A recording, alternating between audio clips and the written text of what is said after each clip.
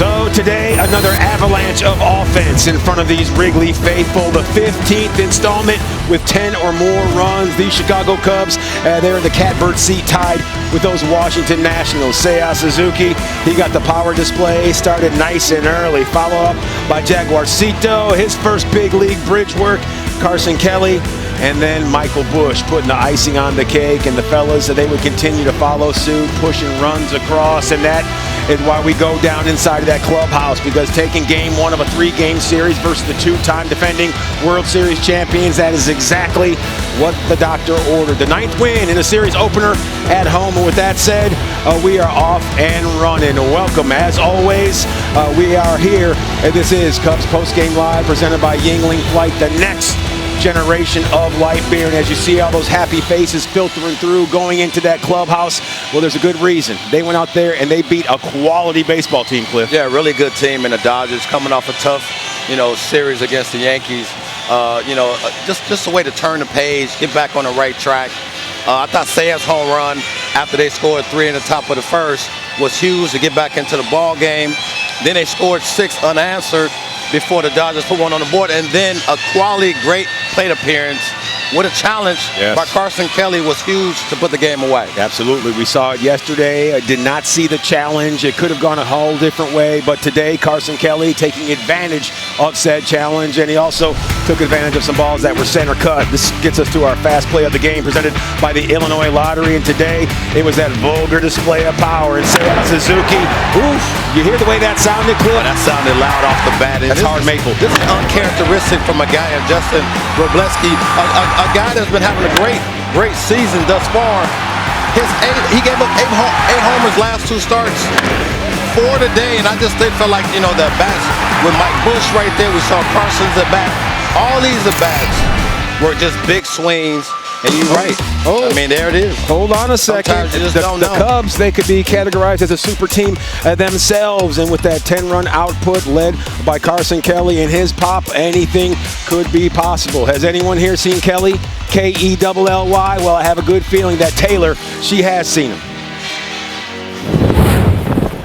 Thank you. Before the game, you were working on getting the ball in the air. Do you think any of that pregame work helped you today? Hit the ball in the air. That was the motto. We just continue to make some small adjustments, try to get the ball in the air, and today was a good one for it. A huge challenge for you. You come up with the bases loaded. I'm curious, before that at bat, are you recognizing the situation and at all thinking, if this were to happen, I would challenge here, or is it just reactionary? Yeah, I think you got to be ready for that moment and think ahead a little bit, slow the moment down, and that was a good time for it. Matthew Boyd, they attack him early, score some runs. You guys come back. How much do you guys regaining the lead impact the way you're able to attack the hitters? It's huge. Going down early, boys swung it, got some runs back, and then Natty just holding it down. So all in all, just a very good team win for us. Okay, last question for you. Home plate umpire said catcher's challenging. When you challenged, even though you were hitting, did you know that? No, I didn't. Is that what he said? Yeah, he said catcher's challenge. I love that. Cool. Thank you, T-Mac. Carson, catcher's challenge. That man right there, quite possibly one of the best in all of the game. We told you right at the top of the show, most games scoring 10 or more. The Cubs deadlocked with those Washington Nationals. Seen some players sold off there in the nation's capital, but right now all the Cubs were able to do when that trade deadline came and went was add players. Quite possible that movement that they showed was one of the best in all of the game. And today we saw some movement off of the bat face of the Jaguar. Kevin Alcantara, first big league pump. It was one that left nothing to the imagination. Well, I think first and foremost, you got to give him credit for, being ready, right? Didn't know you was going to get the start, get in the game.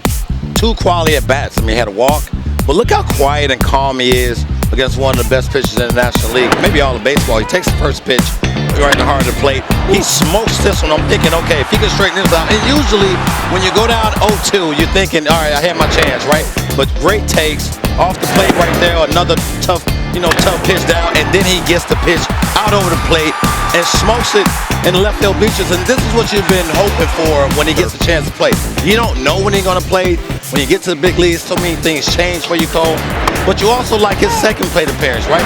Look at the takes and how quiet he is. I think he's kind of learning that you have to go up and, yes, maybe sell out of time, but you got to wait for your pitch. Really good swing right there on the fastball up, takes the pitch down for the walk, gets on base.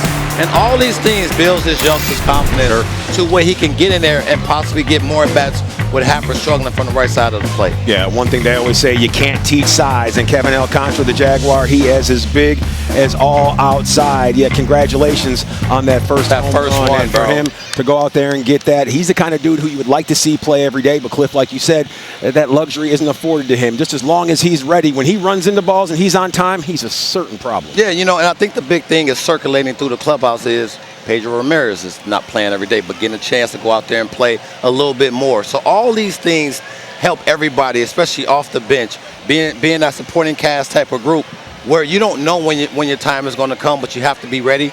I was there early on in my career. It's not fun. You swallow your pride a little bit, but you go out there and stay prepared, and good things happen. Yeah, at one point in your career, were you that left-handed version of a young player like Kevin Alcantara? You said sometimes all playing time you saw was Saturdays, maybe on a Sunday, sprinkled in. Oh, yeah, with the Montreal Expos before it became the Nationals. Randy Milligan was a right-handed first baseman, taught me so much about the game, allowed me to kind of find myself, get back to, because I was, in my opinion, one of the best players in the sport in the minors. Things change when you get to the big leagues. You're not a prospect anymore. So I think when you look at these guys, you can do so many things at Iowa that you can't do here. Not that you can't do here, it just takes time and playing time and reps to do it here.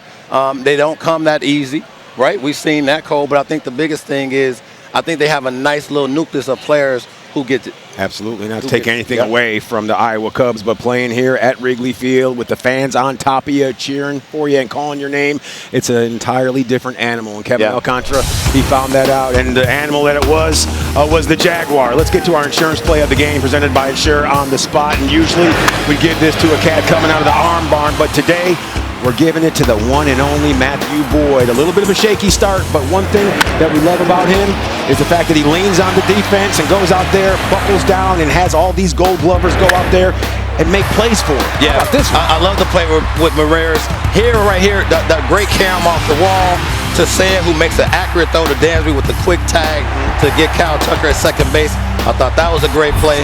But the play for me the other day was Pedro at third base. That's with that dive and the quick release over the first. How big is it to have guys like Pedro Ramirez, like Matt Shaw, like Alex Bregman, who can all get after it and go out there and pick it? When you have multiple dudes who can play the hot corner and play it like Gold Glovers, that's big, isn't it? Well, it just gives the luxury to the manager and Craig to put you over there. There has to be confidence, and what responsibility that comes with it. Like, hey, I know that I can put my guy over there. He's going to get the job done. When you look at that dive, it's one of those ones where the angle of his dive allowed him to make that play. Yes. Right? Yes, Bregman's going to play majority of the time.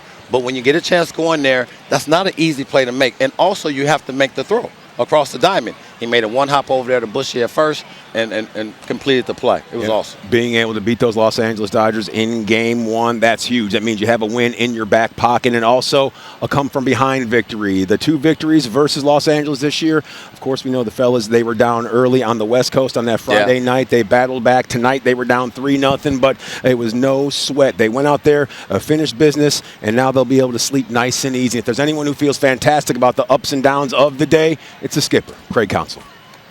Yeah, I mean, a lot of good things happened tonight, but I think the offense, first inning especially, did a nice job. When you get down 3-0 after 3 hitters, Tommy Edman's been kind of a killer against us. He's been super tough especially against our left-handed pitchers. But